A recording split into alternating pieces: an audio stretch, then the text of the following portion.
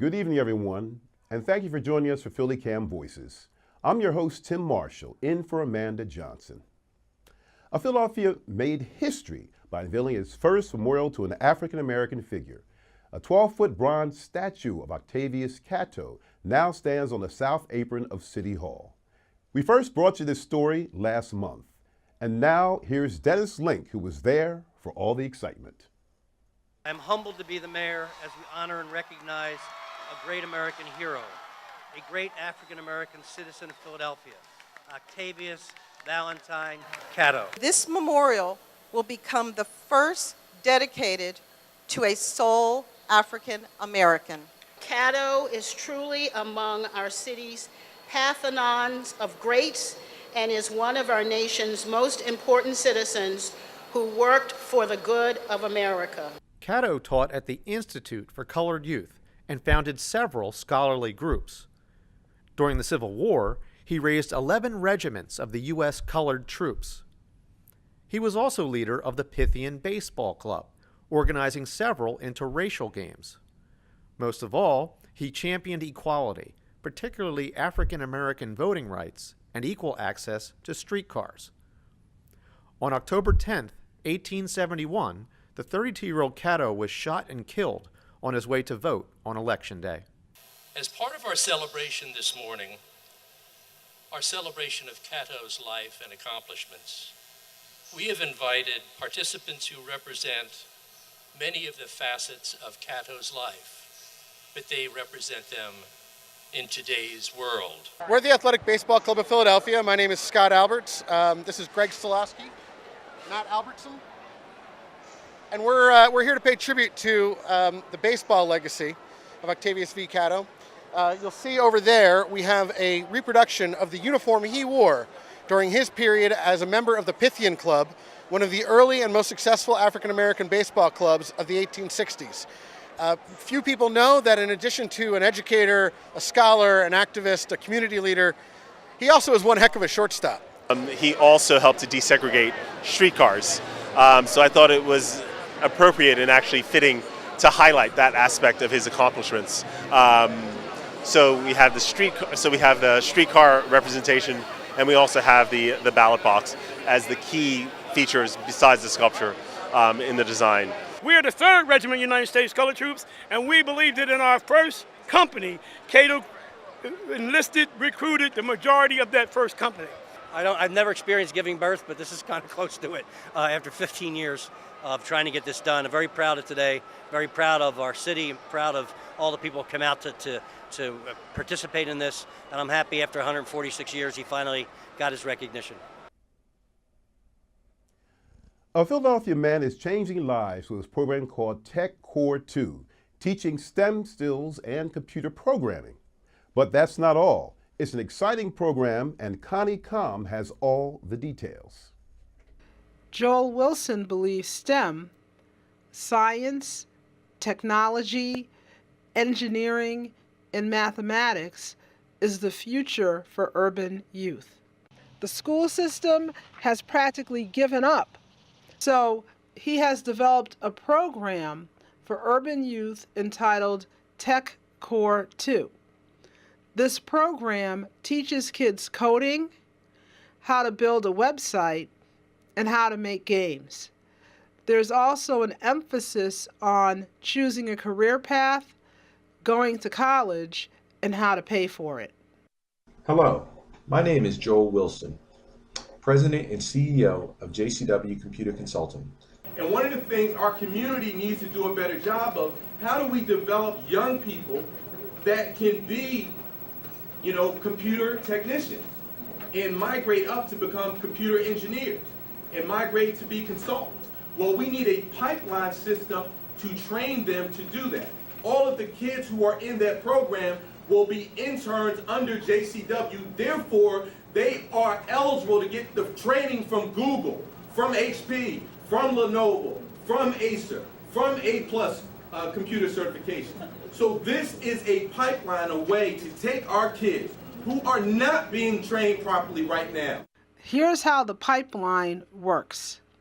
We have a great assortment of instructors who are, many of them are college students with majoring in electrical engineering and computer science, mechanical engineering. So these are just some brilliant people for your young folks to be around. On August 10th, a group of young Philadelphians who participated in the Tech Core 2 summer internship program presented their final projects. The participants in the program were people like Joel, Jared, Khalid, Shane, and others. Here's what the students had to say about the Tech Core 2 summer internship program.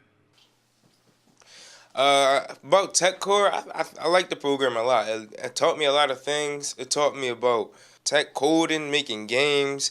It taught us about Black history. I learned about Hannibal. The Tech Core 2 program, it was a learning experience. It was also challenging. It's not for the faint of heart. If you don't like the work, if you don't like to be pushed or challenged, Tech Core 2 is not for you. Students explained how the college instructors worked with them on their projects. So Damon and Chi-Chi basically helped me create my whole Scratch game, and it actually came out really good. So I thank them for that. And for the website, we didn't know how to do plugins. We also didn't know how to put information in, and they basically showed us a video and took us on a whole tour on how to do our website, and that helped a lot too. Really nice overall. They're more than willing to help, and they're seniors too, so it's gonna be interesting seeing how they what their career paths are, what they plan on doing this. Probably a go-getter. That's how I would describe Mr. Wilson. He definitely wants to see the best from you, and he brings that out in you. Not every student that entered the program had a computer background. And I actually hated computers at first, to be honest. I hated it. I didn't like it. I didn't want to be near it. But at the end of this program, I actually liked it a lot. It actually taught me a lot. From building a game, from little bits to Scratch, to making a website, coding. Well, before this program, I didn't have an interest really just in computers, but I did have an interest more so in engineering. Here are some responses to the question, would you recommend this program to your family and friends? I would definitely recommend this to people. We did many projects throughout the summer, and you had to have a lot of teamwork and leadership for stuff to get done, and so I feel like that'll help me. Yeah, I would definitely encourage anybody who's techie or just anybody at all who wants to learn life skills, especially children to join Tech Core 2. I have a little brother who's 13 and he's techie too, so this would probably be a great program for him, especially with it teaches how to go to college for free and what you can do to avoid getting in trouble and stuff.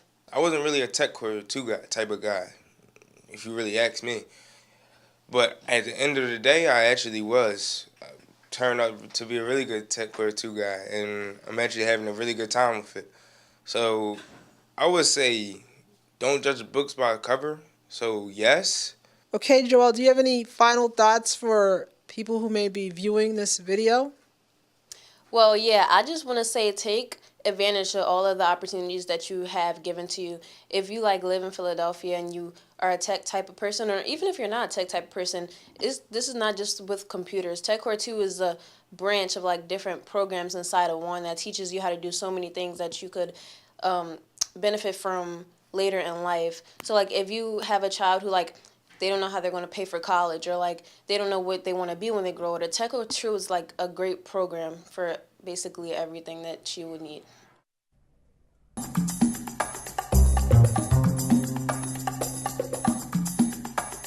Mothers in Charge recently marked its 14th anniversary celebration. It's a group with mothers and families that have lost loved ones to violence. It supports the mothers and the families. Reporter Karen Walker talked with founder Dorothy Johnson Spate. The name of my organization is Mothers in Charge. Mothers in Charge is a grassroots community-based organization, and we're located at 520 North Delaware Avenue, right on the corner of Delaware and Spring Garden Street in Philadelphia. And we're here operating every single day, sometimes to as late as 7, 8 in the evening. We are connected pretty uniquely and pretty strongly with probation, adult parole and probation, and the court. We've become sort of the household name in Philadelphia. We initially, I guess, started providing supports to families, especially mothers who had lost a son or daughter or loved one to violence, and working with families who had been impacted by violence. Mission was basically to provide that kind of support, helping them through the grief process. So programs were developed to address issues of violence, of course. Programs were developed to work with young people, teaching alternatives to violence. Programs were developed to reach the faith-based community. And because it's such a complex issue, many things came about in ways of trying to address the issue in terms of providing support to families, the community, and actually across the country. So we do many different kinds of things 14 years later. I didn't think I was going to actually survive the death of Khalid. He was 24. He was my only son, my firstborn, and we were very close. So Mothers in Charge was formed a few years after Khalid's death, and it was kind of my way of living, my way of breathing, the way that I was able to keep going. It's very important to me, personally, because my son was killed by a very angry, out of control person who didn't know how to manage his anger.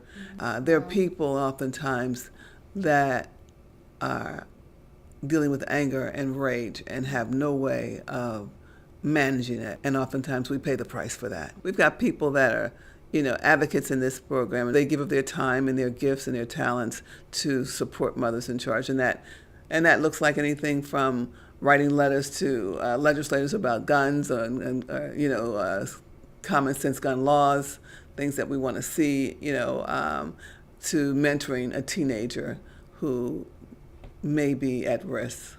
But we're here and we're looking for volunteers. We need volunteers. This is a major task of dealing with violence in this city, and we need, all hands on deck. And there's something for almost anyone that has a desire to make a difference in someone's life. And to God be the glory. Yes, it is still painful, and time does not erase that pain. However, in the midst of my pain, it is still imperative for me to find the courage in continuing to serve as the vessel to effect change across the city of Philadelphia. Ms. Dodd is effecting change by talking about violence prevention, by talking about transforming the lives of families, and by looking at violence in the face and saying, no more. Join me in welcoming Dorothy Spike to the stage.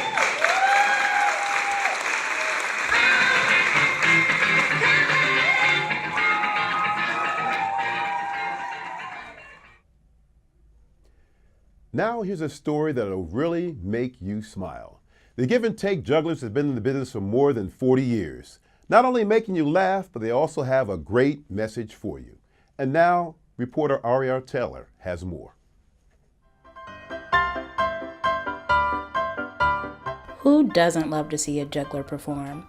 Juggling has been captivating audiences for thousands of years, and here in Philadelphia, the Give and Take Jugglers have found a way to mix fun, laughter, and relationship building into their performances, all at the same time. The Give and Take Jugglers have been a consistent hit with both children and adults for over 40 years, especially at the Philadelphia Folk Festival, where they've been performing since the 1970s.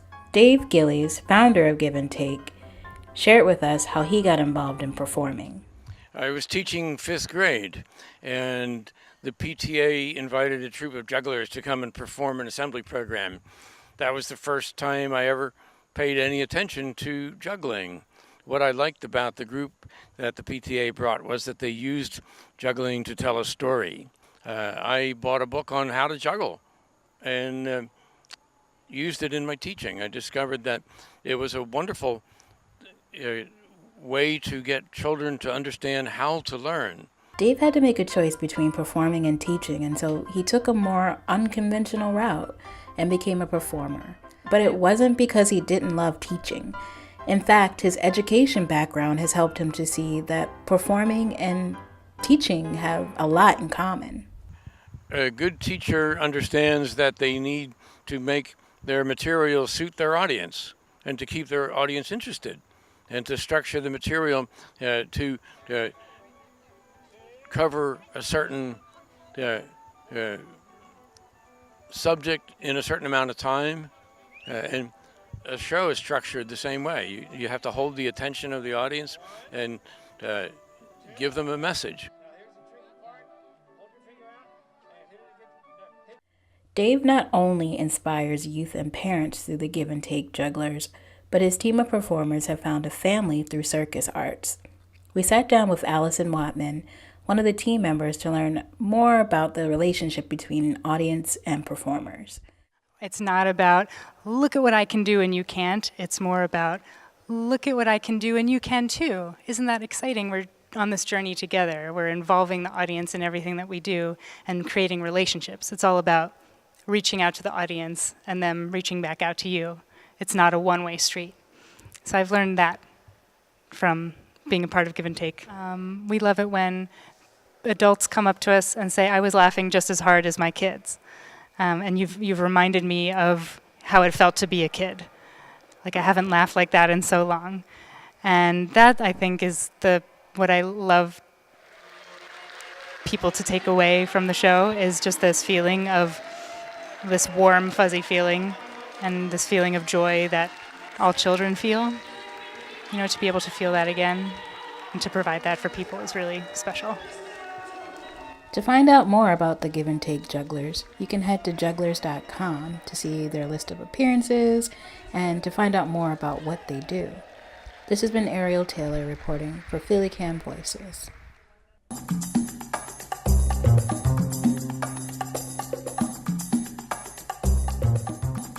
If you're a fan of Prince, you will definitely love this next story.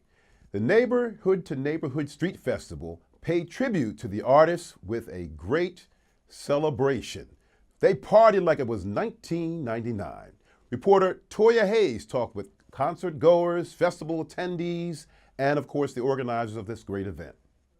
A celebration of community with lots of free family fun and a tribute to the musical legacy of Prince took place at the 23rd Annual Neighborhood to Neighborhood Street Festival on September 16th.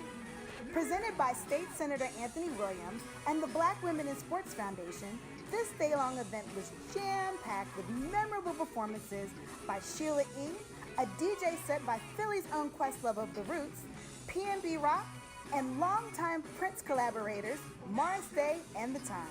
Also on stage were some of Philly's best local musical acts, Bino French and Suzanne Christine. We spoke with Senator Williams about the Street Festival and why it's important to bring our neighborhoods together. We're here with Senator Williams, one of the organizers of the End-to-End Festival. Tell us the purpose of the End-to-End Festival. So, when I first became senator, I understood that there are people who go to Penn, live in that community, who will never meet a person who lives necessarily a half a mile away from here where I live. Some kids will never go to that school, but they all have a desire to live in this community peacefully. And so we decided we're going to use music as a mechanism and means to bring people who've never met to come together. And for 23 years we've done it peacefully and productively. And frankly, it's surprised me because it started with maybe 1,000 people. Now it's going to 8,000 people at a festival, an event that is free for everybody and just open to anyone. So tell us what made you go with the Prince tribute for this year? Well, other than obviously being a very big Prince fan, what he stood for. And today, internationally, nationally, certainly in Philadelphia, we have to have symbols and people who represent humanity and can bring all types of people together, whether you are gay or straight or black or white, young or old. But Prince's music lives well beyond, his mortality, and the fact that it brings so many people to a message of love and peace and consideration and great party.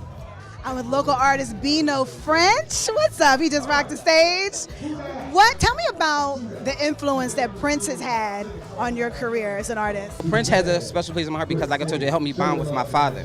So that influence alone, listening to Purple Rain, the movie, the album, it just it's a part of the reason why I do what I do and how I perform the way I perform. Tell us why you came out today.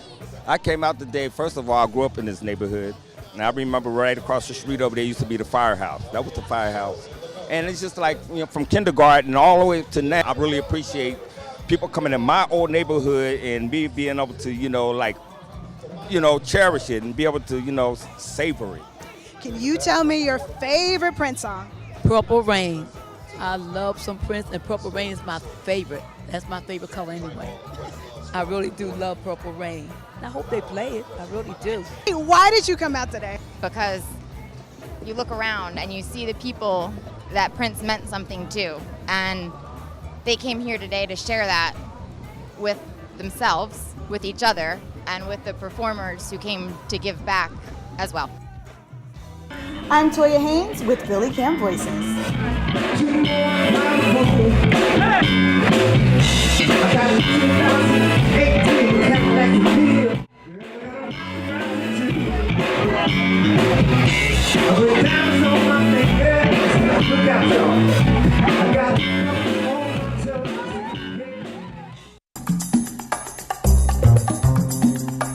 Hi, my name is Paul Cherisher from the Philadelphia Overdose Prevention Initiative, and we are here today to discuss Philadelphia's opioid crisis.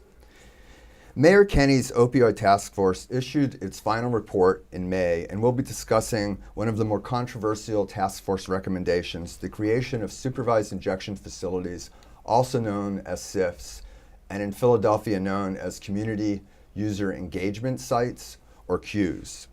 Earlier this summer, the city moved to force Conrail to evict the homeless heroin users from its train tracks, as well as day users, running between American and Emerald Streets. The August eviction has added an urgency to what has already been a serious problem in Kensington and the region, massive numbers of fatal overdoses. In 2016, in Philadelphia alone, 900 people overdosed fatally, and in 2017, we were expecting over 1,200 overdoses. With us in the studio are Chris Moroff, a freelance journalist who covers the drug war and associated topics for the Daily Beast and other publications, and Devin Reeves, a member of the Central Committee of the Philadelphia Overdose Task Force. Welcome. Thanks for having me. Glad to be here. First question is for you, Chris.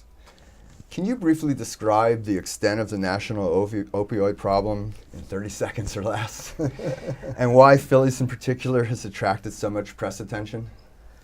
Well, there isn't one opioid problem, and I don't even like to use the term opioid crisis because what we really have is an overdose crisis. It wouldn't be the situation that it is if there weren't so many people dying. So.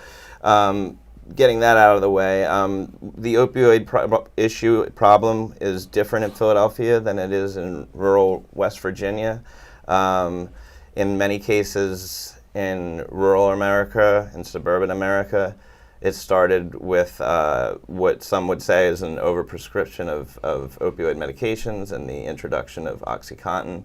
I think most of that was acute care diversion. Over-prescribing on the front end after surgeries and dental procedures, that kind of thing. Unfortunately, the hammer comes down a little bit too hard on the chronic pain side, and not enough is focused on the acute care, unless you talk to actual emergency room doctors. Philadelphia in particular, what makes us unique is that we are on a long-established heroin corridor that has been an active market for decades.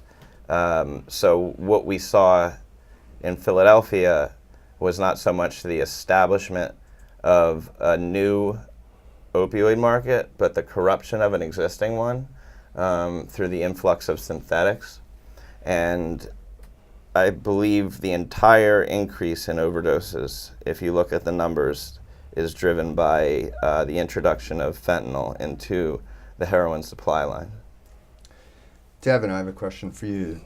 Do you have any insight from your experience on the opioid task force why they downgraded the overdose prevention harm reduction subcommittee's recommendation to go forward to pilot one or more supervised injection sites in Philadelphia to a decision to explore Yeah, I think that when we talk about opening a SIF or a Q in Philadelphia, I think there is a lot we need to explore. We need to look at what federal regulations need to be changed, what local regulations need to be changed, and how we can make that happen, because the last thing we want to do is come up with a program to help people not die of this terrible disease, substance use disorder, and then have the FBI or the DEA come in and shut it down. I think it takes time to consensus build around things like that. And I think in the several months since the task force report came out, that more and more people are opening up to the idea because we're educating them. And this is really what we need in the light of closing the homeless camp and things like that. We know that these people are still out there that still need help, and if we could find some place to engage them and be one of the first places in the country to open one of these up, I think it'd be really exciting for our city and the people that live here. And Chris, Devin actually mentioned the eviction of El Campamento and the day users. El Campamento was the homeless encampment up on the Conrail tracks around Gurney and Masher, and there was a whole area of day use that stretched all the way to Emerald Street. Can you talk about the impact of the eviction and how that's affected the community and the greater discussion? Sure. Well, I would say El Campamento was a place that very few people would have known existed. If you drove past it, you would not know it was there. It existed for a long time, and at certain points, there was a development of homeless encampments down there. So, there were some shacks. Most of the people did not live down there, but it was a secluded user site where drugs were also sold. That was off the beaten path of sort of the community. And I spent a lot of time there through the spring and summer and watched as this sort of organic experiment in crowdsourced harm reduction grew out of what the media called a heroin hellscape. And I think that's kind of like looking at a field hospital in Syria and saying, gee, I really wouldn't want to have my heart surgery there. Well, of course you wouldn't, but if you're in the middle of a war zone, this was doing what its purpose was. So